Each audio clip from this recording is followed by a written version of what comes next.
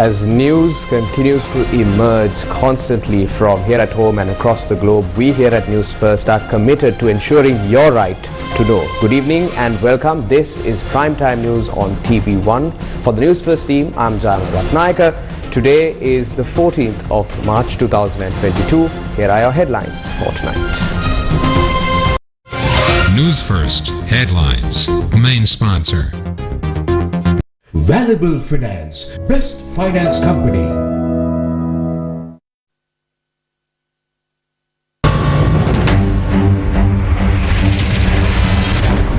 President to address the nation on the 16th. Value of the rupee against the USD depreciates to 265. Prices of gas, milk powder, electricity and water bills to increase. Fuel to politicians while the general public pay the price. Telephone कर लगी ना अन्नावाल मंत्री तो मैं ना diesel ticket का एक सामान्य युतु का मक्का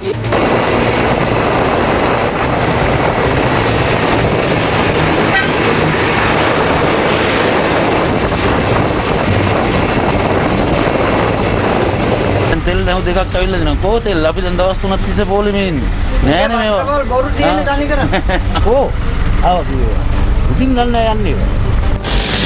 Will India's $500 million solve the fuel crisis? People take to the streets amidst the economic pressure.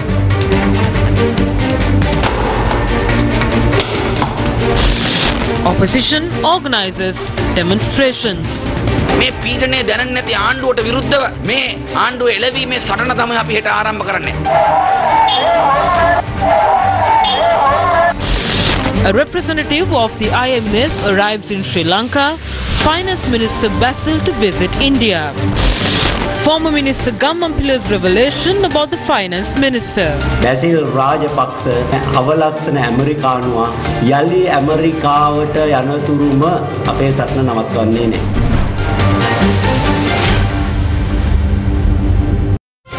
News First headlines. Main sponsor. Valuable Finance, best finance company.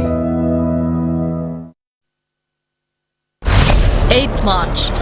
Sri Lanka floats the foreign exchange rate. The value of the rupee against the USD, that was 202 on the 8th of March, rises 230 rupees on the 9th and 260 rupees on the 10th. Today, the rupee is at 265 against the US dollar, while the rupee depreciates.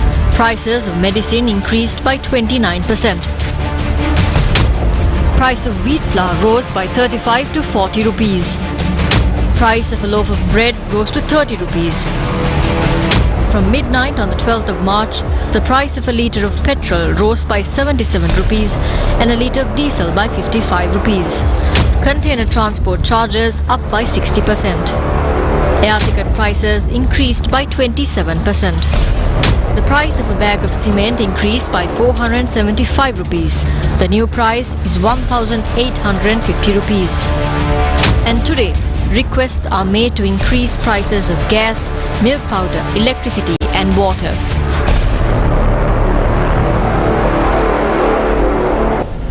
Well, as you witness now, prices of many goods and services have skyrocketed amidst the Sri Lanka rupee depreciating against the US dollar.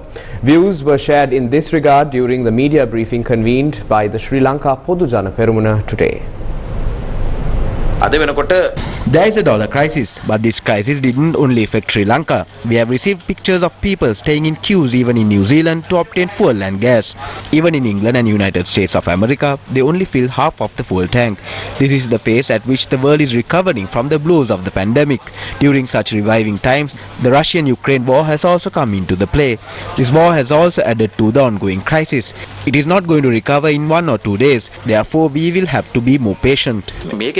දෙකෙන් සිදු වෙන්නේ නැහැ අපිට පොඩ්ඩක් ඉවසන්න පොලිං වල ඉන්න ජනතාව ප්‍රකාශ කරන්නේ මේ මැති ඇමතිවරු කවදාවත් පොලිමේ ඉන්නව දකින්න ලැබෙන්නේ නැහැ ගෑස් පොලිමේ මැති ඇමතිවරු නැහැ තෙල් පොලිමේ මැති ඇමතිවරු නැහැ කියලා. ඒ කියන්නේ මැති ඇමතිවරුන්ට මේ ප්‍රශ්නේ නැහැ නේද? ප්‍රශ්නේ තියෙනවා. We too have these problems, but we send someone on our behalf to buy things. There are ministers who call me and ask for diesel. In such instance, I call a fuel station close by and inform them to provide the fuel needed to that particular minister. I think it is our duty to provide it.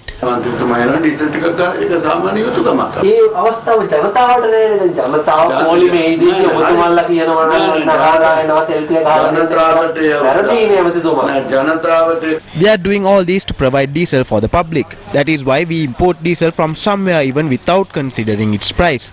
Just go around Colombo and see whether you can find any queue at a fuel station today. I didn't see a single queue on my way to Colombo from Piliyandala this morning.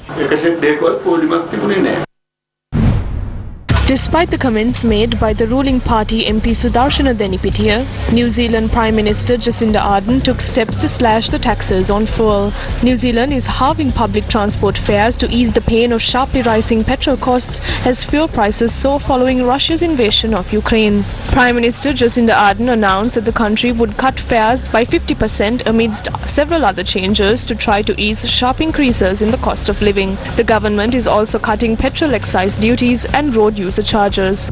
Meanwhile, Minister of Energy Gamini Lokuge had said that he did not see any queues in Piliyandala today. However, this was the situation in Piliyandala this evening.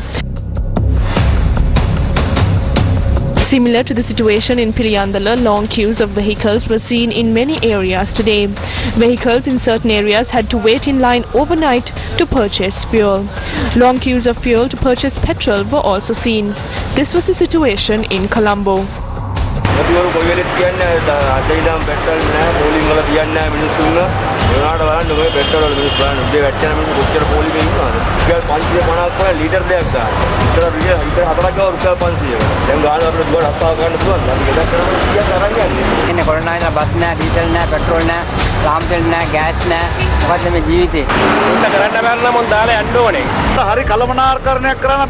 This could have been avoided if there was proper management. This country does not have oil field. They gave coolers, 5 vehicles with 500 litres of petrol to ministers. But a 3-wheeler driver does not have the 30,000 rupees needed for a month. More than 1,000 rupees is needed for a day to buy fuel. Even a motorbike needs 6,000 rupees to buy fuel for a month. They must provide relief for vehicles. They are living in comfort while the people are suffering. This fuel station in Dalugama Kalaniya only sold petrol as they ran out of diesel.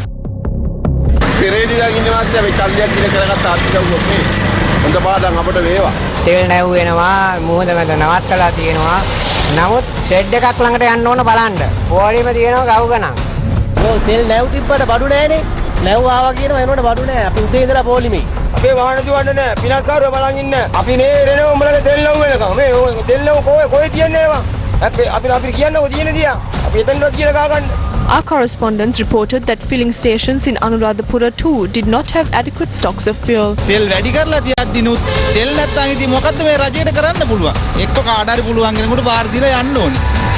People in Jayantipura, Polonnaruwa and Hingurakkota were severely inconvenienced today due to the shortage of fuel.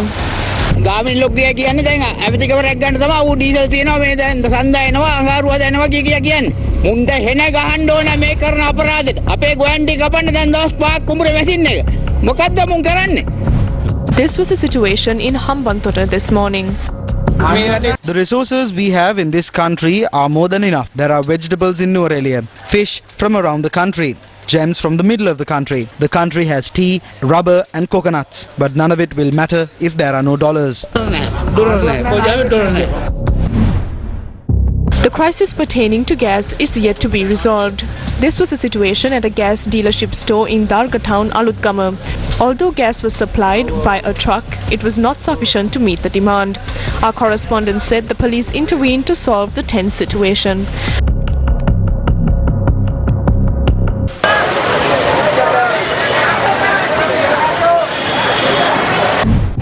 This was the queue opposite the Litro gas dealership in Kadawatha.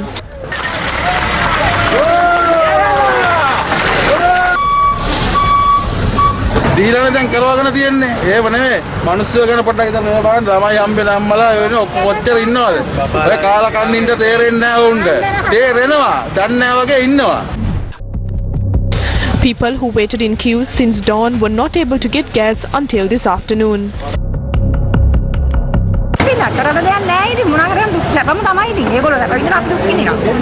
Meanwhile, with the shortage of gas, the demand for kerosene has increased. This was the situation at the Orogodavatta filling station today. In addition to this, power outages took place today. The Electricity Consumers Association says that despite the announcement of schedules in various categories, power cuts are continuing. They said power outages will not occur. However, blackouts continue to take place. The Public Utility Commission of Sri Lanka says one thing, the Electricity Board says something else. They are on contradictory terms. At times they say ABCD or else they will say it is Q. Then they say PQRST. These categories are irrelevant. The English alphabet is not sufficient for them.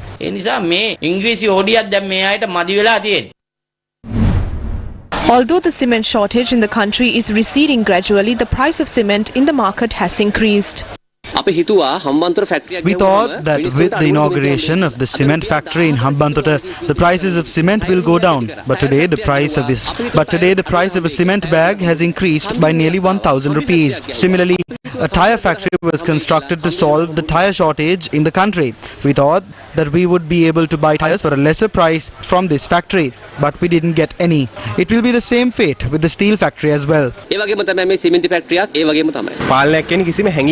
I don't think our leaders sense the sufferings of our people. When they constructed the cement factory, we expected a bag of cement to be sold for around 1,375 rupees. I think they are the ones who created this shortage in the market. By creating a shortage in the market, they were able to increase the demand and eventually increase the price of cement.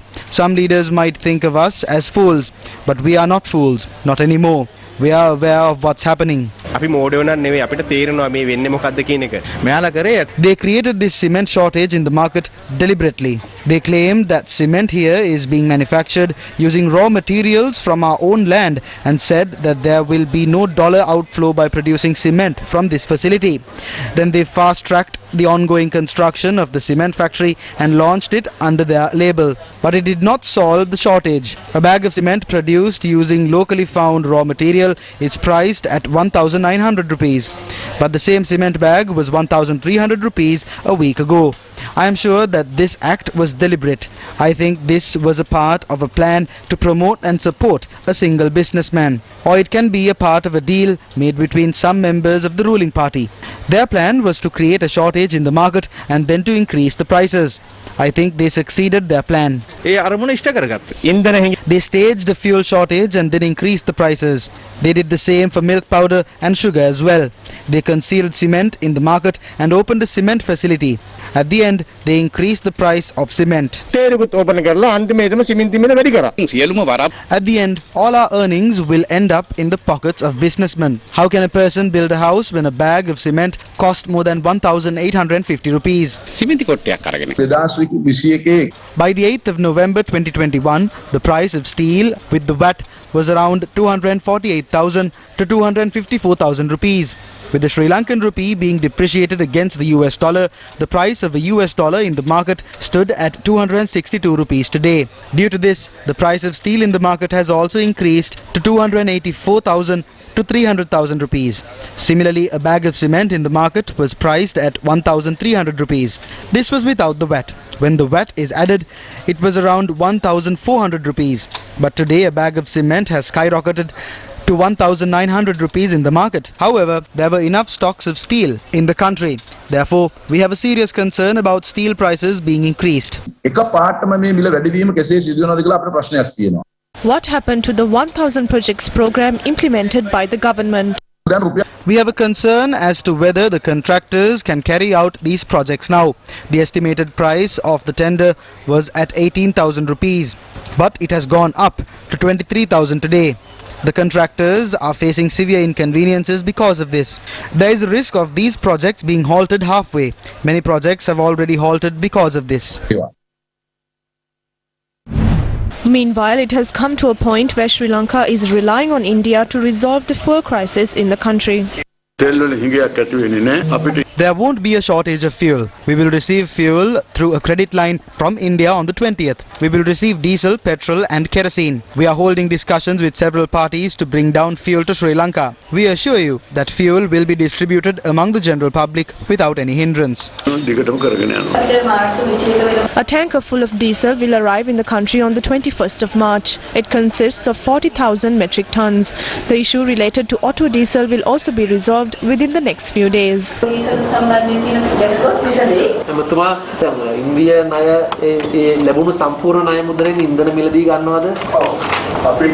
Yes, we have been given $500 million to purchase fuel. We will use it for that purpose.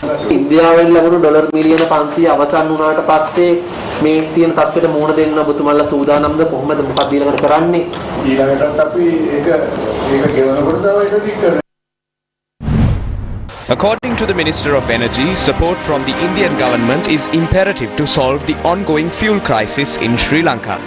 India has agreed to extend a credit line worth $500 million to Sri Lanka with a settlement period of 1 year. In addition to this, India is analysing the possibility of extending another credit line worth $1 billion to Sri Lanka.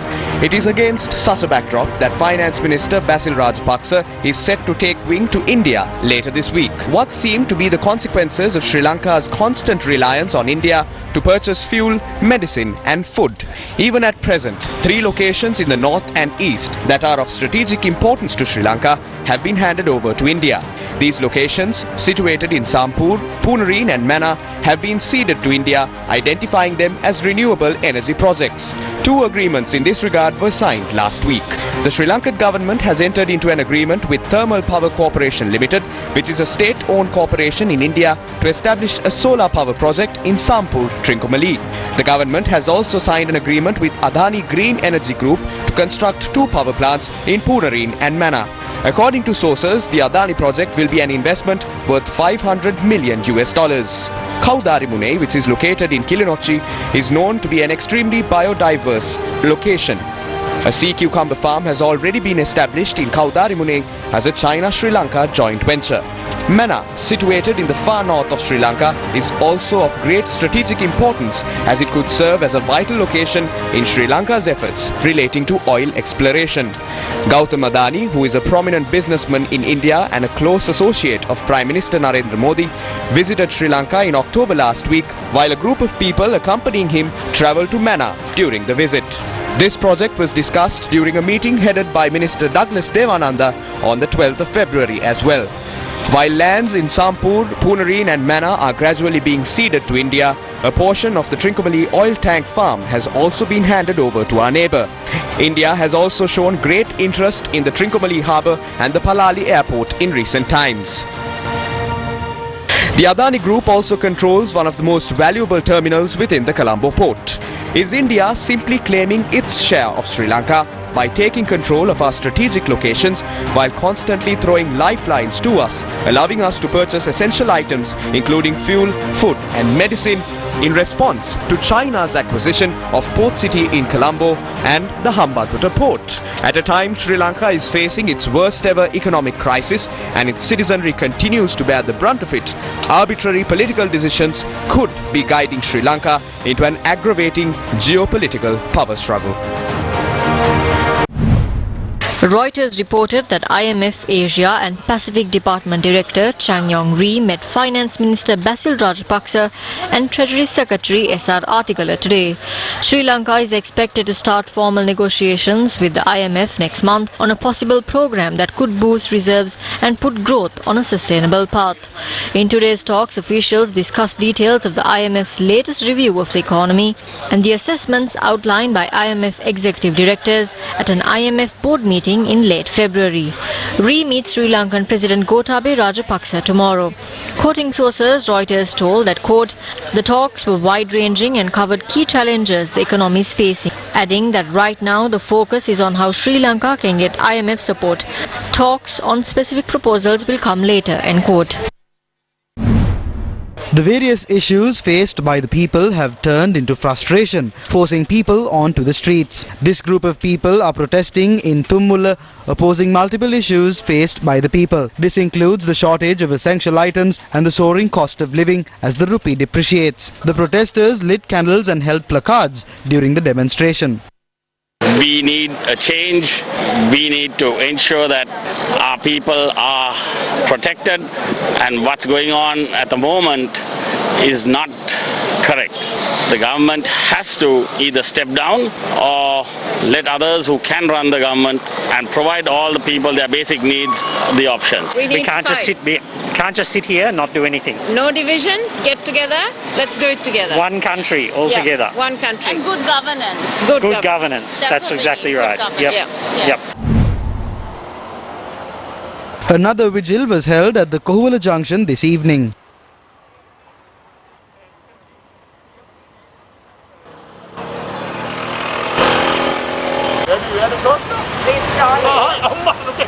We are here not just for ourselves, for the poor people who don't have a voice. They are suffering far more than we are. I mean, we are earning an honest living, we are paying our taxes. What are they doing to us? With the ongoing crisis in the country, people have drawn to the streets to show their resentment towards the government. Several protests were staged across the island today, demanding the government to ensure the people's right to live. These public dissents have now taken many forms.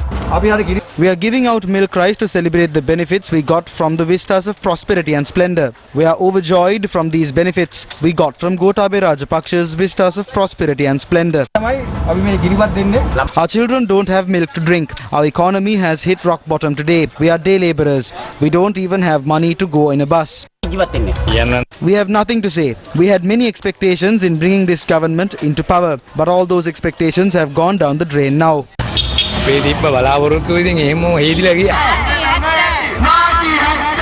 This was the situation in Ranjula area in Ginigathena today.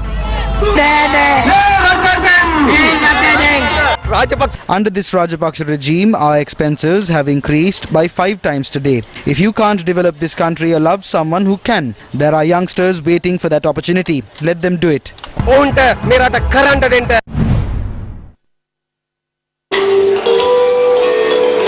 The Foundation of Civil Rights Protection, along with 22 other organizations, had organized a conference in Colombo today. The conference was held at the Colombo Library under the theme highlighting queues, food shortage and power outages.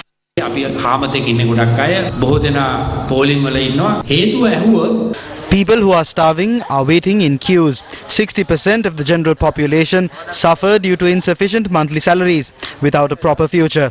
Hundreds of thousands of state sector employees somehow get their monthly wage. Can we not use 25% of the salaries of the state sector employees who earn the most to feed the poorest families in the country with the promise of paying back? Give that money to poor people. We know what the Rajapaksa family stands for.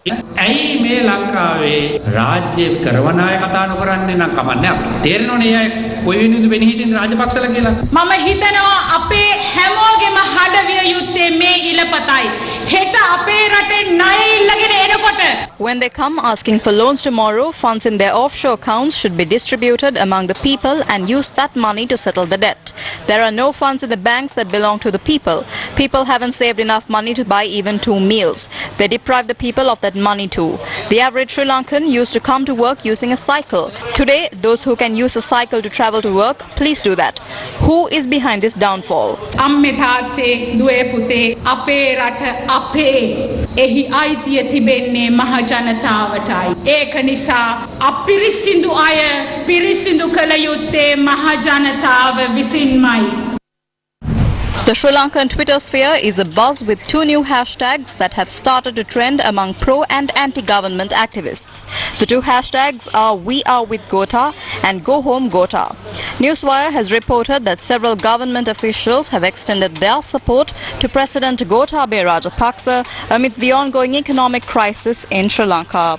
According to Newswire, Additional Director General of the Government Information Department, Milinda Rajapaksa, has assured that President Gotabaya Rajapaksa can resolve the current economic crisis in the country. Supporting rural education means building a nation's future. And together with the people of Sri Lanka, Gammadda is leading from the front. Development of preschools in Ramba Ava and Isin Basagama, both in rural Anuradhapura. A preschool developed in Attan Kadavala in the North Central Province. Clean drinking water for the children of the Maligatten School in Valimata, Bandarvela. A library for the youngsters at the Kumbuk Oya Rural School between rural Polonnaruwa and Matale. Clean water for school children in Hambegamua, Munragala. Classrooms for students at the primary school in Ralapanava, Anuradhapura. The complete development of the Sindati Mata School in Kalpitiya, Puttalam. These are a few examples of Gammadda's action and impact. Thanks to you, the people. Gammadda. By the people. For the people.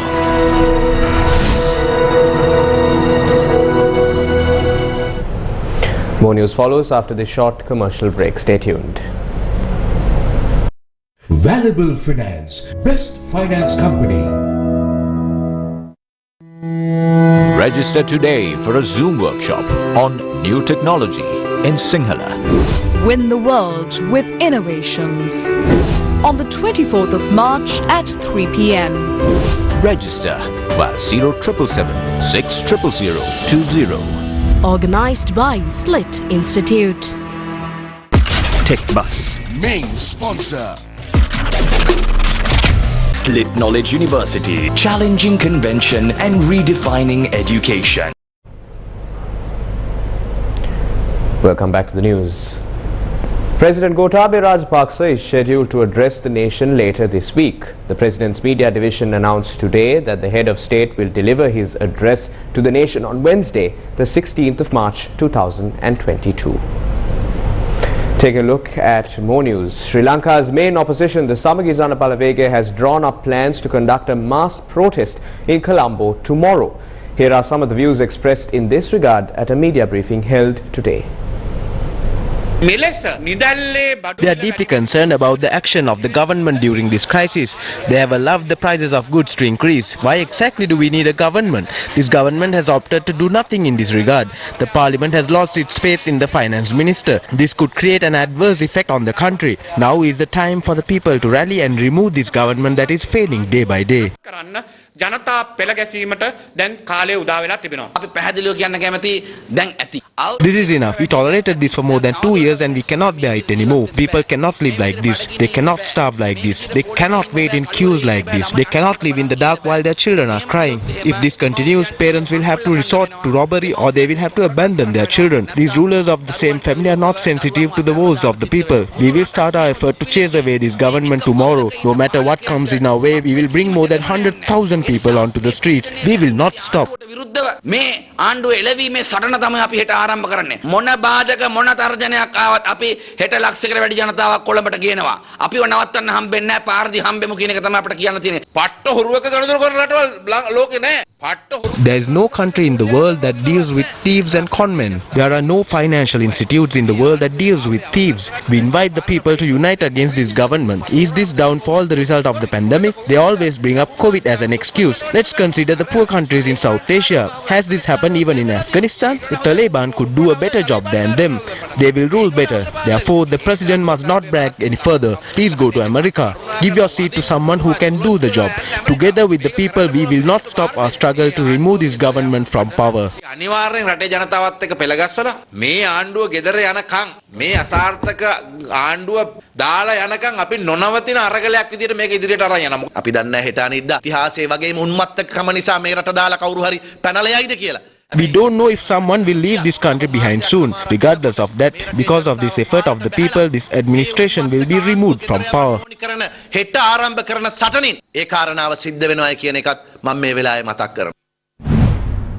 The Janata Vimukta Peramuna held a demonstration in Ambalanthota today. The protest was organized to urge the ruling faction to immediately put an end to the fuel and power crises in the country.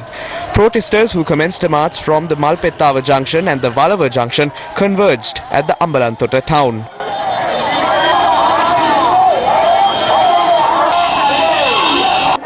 A protest was staged thereafter, obstructing the Matara Vallavaya main road.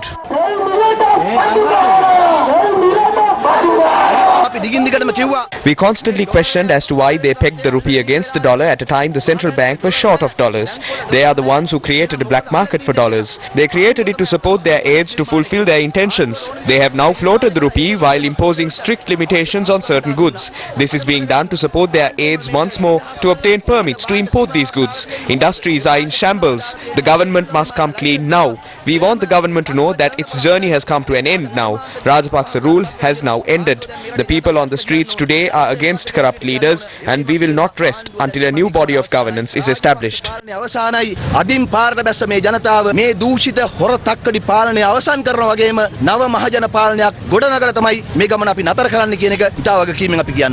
According to our correspondent, traffic flow along the Matara Vallavaya main road had come to a standstill for over 1 hour owing to the protest. If the secretary of the Sri Lanka Podujana Peramuna Sagara Karyavasam demanded my resignation when diesel was hiked by 7 rupees, something that was done based on recommendations of both President and the Prime Minister, what will he do now when diesel was hiked by 55 rupees? Increases in the price of oil globally isn't the only contributing factor to this exponential rise. Many other factors played a part in it. One major factor is the poor management of foreign reserves and pegging the rupee for over a year, causing it to devalue severely. Further, the lack of a mechanism to ensure the entire burden of price hikes do not fall onto the people played a part as well. The government could have removed some of the taxes imposed on fuel instead of announcing such an exponential hike. The government currently rakes in more than 750 million rupees per day from taxes on fuel. If the tax was reduced slightly, the people would have had some sort of relief.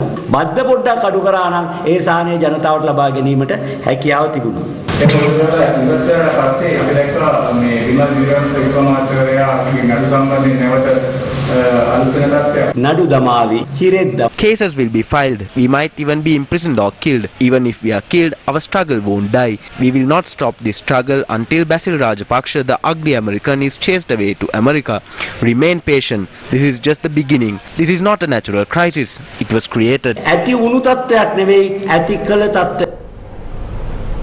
A webinar on the need to attract foreign fund contributions from the Tamil diaspora was held today. The webinar was organized by the Media Center for National Development, Ministry of Mass Media and the Government Information Department.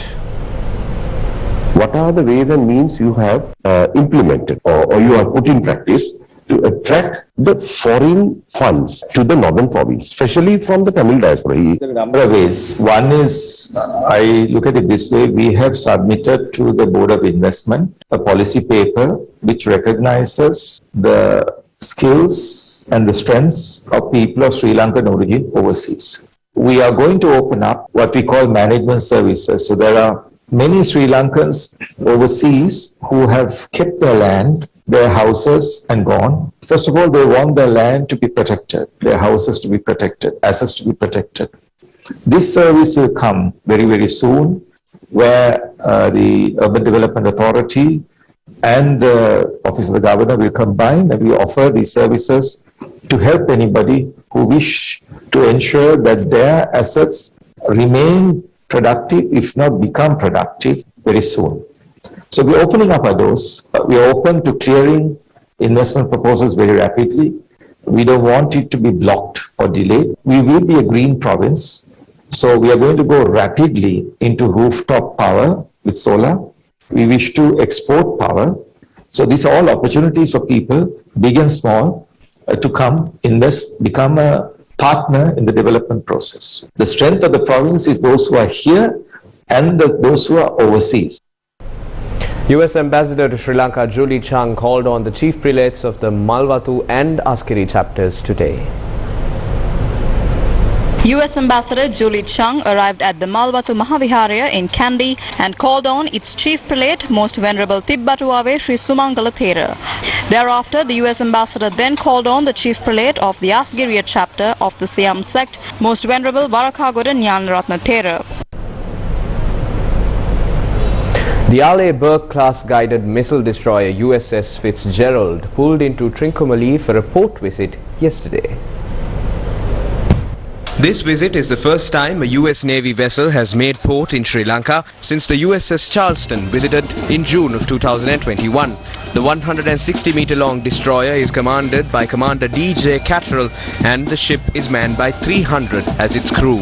The crew of the USS Fitzgerald is expected to take part in several programs organized by the Sri Lanka Navy to promote camaraderie and exchange best practices between both navies. The vessel is scheduled to depart the island on the 16th of March. During the port visit, the board, search and seizure team from Fitzgerald conducted training with the Sri Lanka Navy. Certain acts of children conducted without putting much thought behind it sometimes ends up in a great catastrophe. The story of this 16-year-old student from Gampaha serves as a prime example of such unfortunate situations.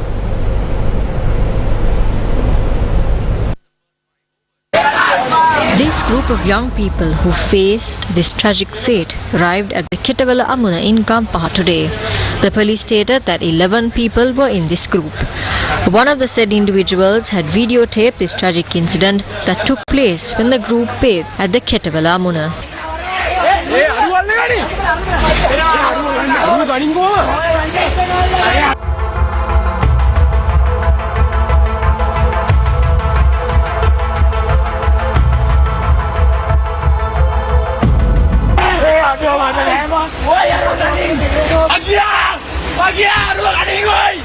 By the time they found the body of the boy who drowned, he was no longer amongst us. The deceased was a resident of Veyangoda. Police revealed that the boy who came with his father and then got onto the train to go to school this morning and has later come on this journey that led to his tragic death.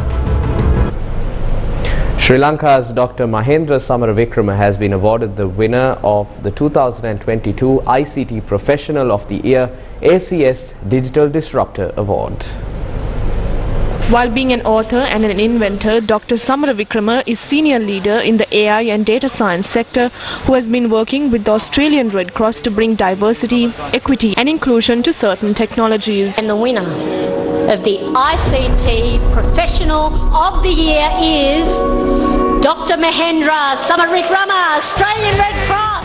ASC, the Professional Association for Australia's technology sector, celebrates the outstanding tech talent in the Australian industry and recognises the innovators, disruptors, leaders, emerging professionals and tech superstars who are making a difference.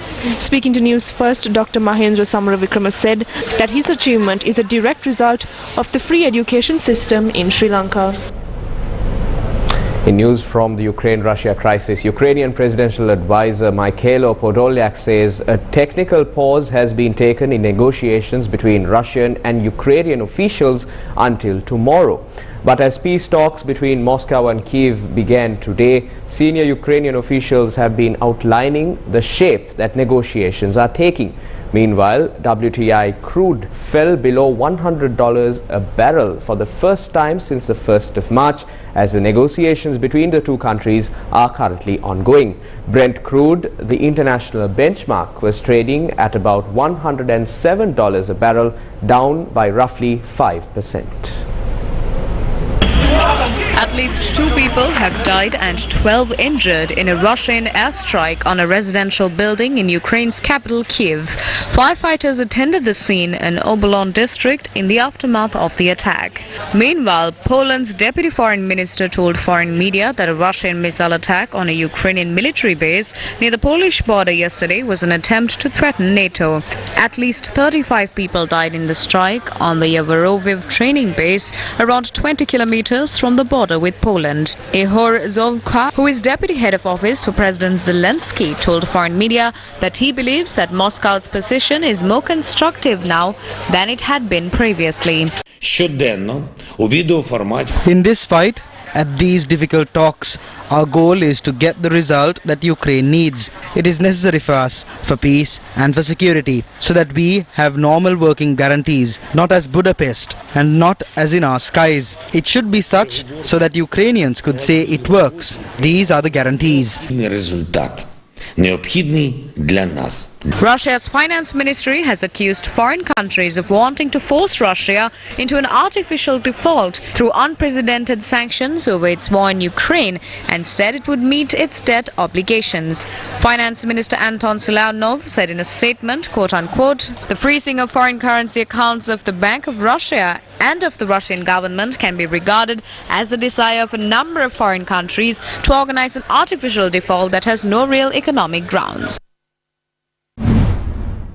Director of the Center for Sustainable Development at Columbia University, Jeffrey D. Sachs, spoke about the sovereignty of Ukraine.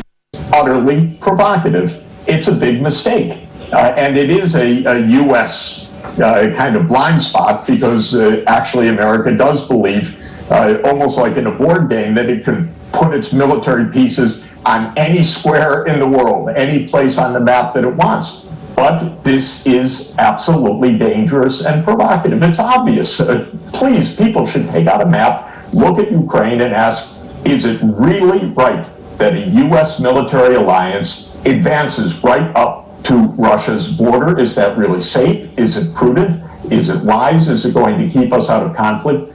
And why is it that so many wise people have said for the last 25 years, don't do this? This is dangerous. This is provocative. In fact, the leaders know it. In fact, they feel, well, we can't say it now because for the exact reason, David, you just mentioned, they don't want to take their prerogative off the table. But the fact of the matter is Ukraine's sovereignty, its safety, lives, the end of mass bloodshed and killing actually prudentially can be found, I believe, with a neutral Ukraine. Taiwan's defense ministry said in the latest uptick its tensions across the Taiwan Strait, Taiwan's Air Force scrambled again to warn away 13 Chinese aircraft that entered its air defense zone. Taiwan, which China claims as its own territory, has complained of regular such missions by the Chinese Air Force over the last 2 years, though the aircraft do not get closer to Taiwan itself. Taiwan is currently in a heightened state of alert due to fears China could use Russia's invasion of Ukraine to make a similar military move on the island, though Taipei's government has not reported any unusual Chinese movements. And with that, it's a wrap of primetime news on TV1. For the Newsfirst team, I'm Jamal Ratnayaka alongside our sign language interpreter for tonight, Taraka Gabriel. Do remember to take care, stay safe and have yourself a good night.